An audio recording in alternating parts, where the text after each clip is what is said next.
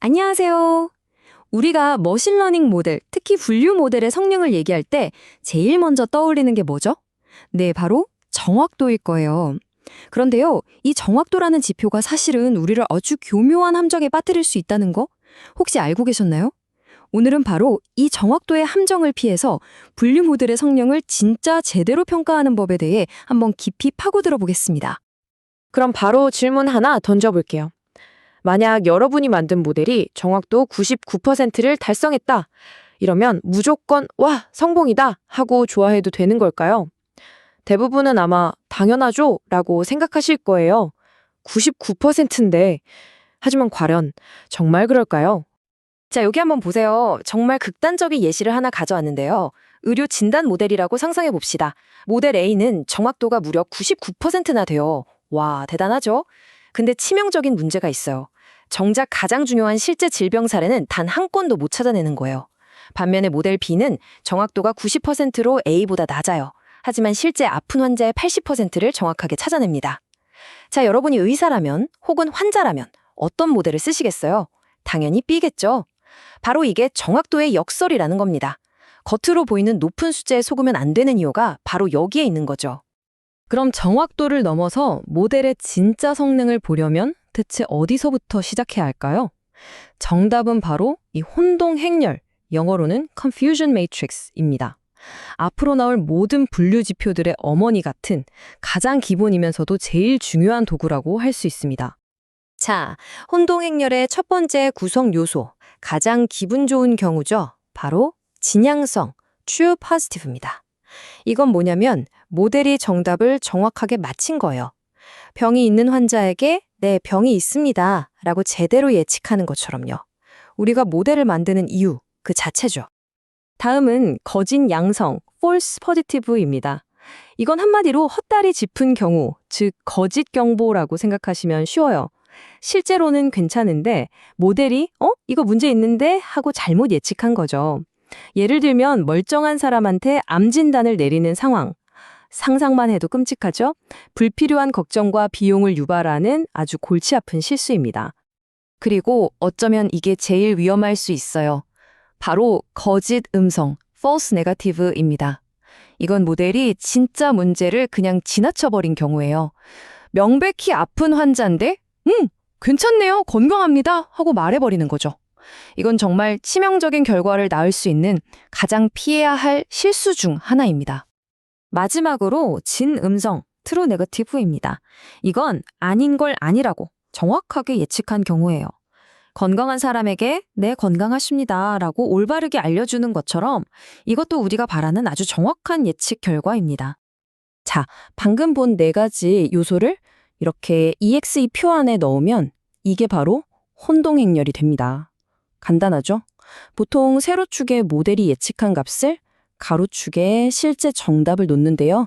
이 표 하나만 딱 보면 우리 모델이 뭘 잘하고 어떤 종류의 실수를 주로 저지르는지 그냥 한눈에 파악할 수 있게 되는 겁니다. 좋습니다. 이제 혼동 행렬을 이해했으니 진짜 중요한 다음 단계로 넘어가 볼게요. 바로 이 혼동 행렬에서 계산해내는 두 개의 핵심 지표, 정밀도, 프리시전과 재현율, 리콜입니다. 이 둘은 이름도 비슷해서 헷갈리기 쉬운데요. 사실은 전혀 다른 목표를 가진 서로 다른 연장이라고 생각하셔야 해요. 이 비유가 정말 이 둘의 차이를 기가 막히게 설명해 줍니다. 정밀도는 아주 신중하고 정교한 외과 의사 같아요. 한 번 칼을 대면 양성 예측, 그게 정말로 정확해야만 하는 거죠. 섣부른 오진, 즉 거짓 경보 FP를 극도로 피해야 합니다. 반면에 재현율은 넓은 그물을 던지는 어부와 같아요.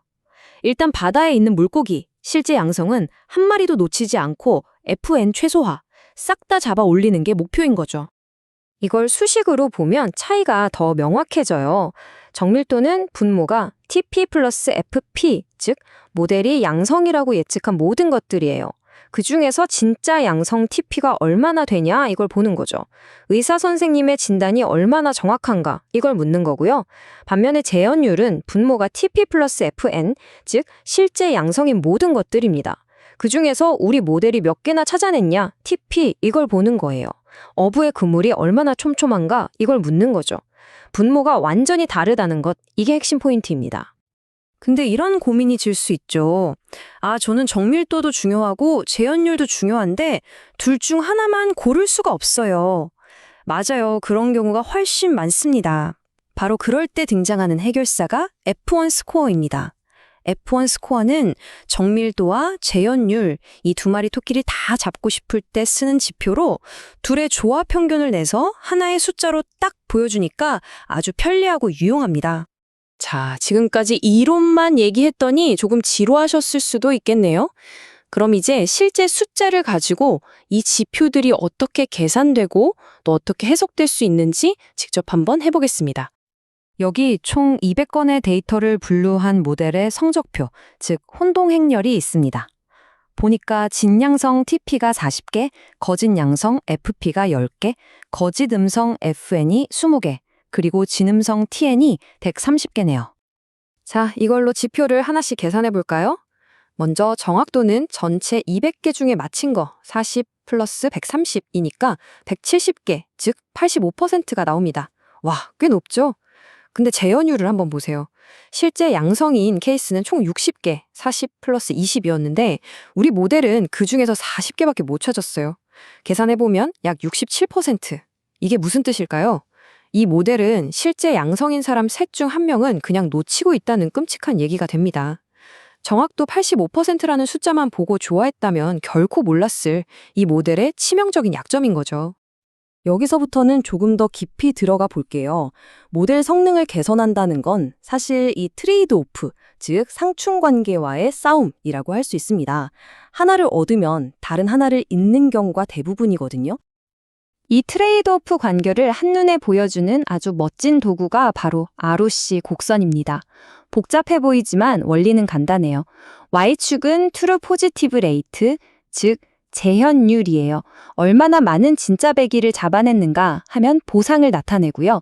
X축은 false 포지티브 레이트, 즉 얼마나 많은 헛다리를 짚었는가 하는 비용을 나타냅니다.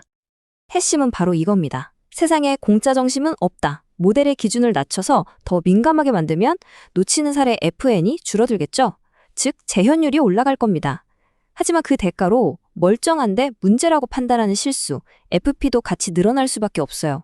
이 보상과 비용 사이에서 우리 문제에 가장 적합한 균형점을 찾는 것, 이게 바로 모델 튜닝의 예술이라고 할 수 있습니다. 자, 지금까지 배운 개념들을 모두 모아서 그럼 내 문제에는 도대체 어떤 지표를 써야 하는가에 대한 아주 실용적인 가이드를 정리해 드리겠습니다. 이 표 하나만 기억하셔도 오늘 내용은 거의 다 이해하신 겁니다. 만약 여러분이 다루는 문제가 암 진단처럼 단 한 명의 환자라도 놓치면 절대 안 되는 종류의 것이라면 무조건 재현율을 최우선으로 봐야 합니다. 반대로 스팸 메일 필터처럼 중요한 메일을 스팸으로 잘못 분류하는 FP 실수가 더 큰 문제라면 그때는 정밀도를 높이는 데 집중해야겠죠? 그리고 아마 대부분의 경우일 텐데 데이터가 좀 불균형하고 두 가지 실수를 골고루 줄이는 게 중요하다면 고민하지 마시고 F1 스코어를 보시면 됩니다. 자, 이제 모든 내용은 이 마지막 질문 하나로 모아집니다. 여러분이 지금 풀고 있는 그 문제에서 더 큰 대가를 치러야 하는 실수는 과연 무엇인가요? 섣부른 거짓 경보인가요? 아니면 정말 중요한 걸 놓쳐버리는 것인가요? 이 질문에 대한 여러분의 답이 앞으로 어떤 평가 지표를 나침반 삼아 모델을 개선해 나가야 할지 알려주는 가장 확실한 길이 될 겁니다.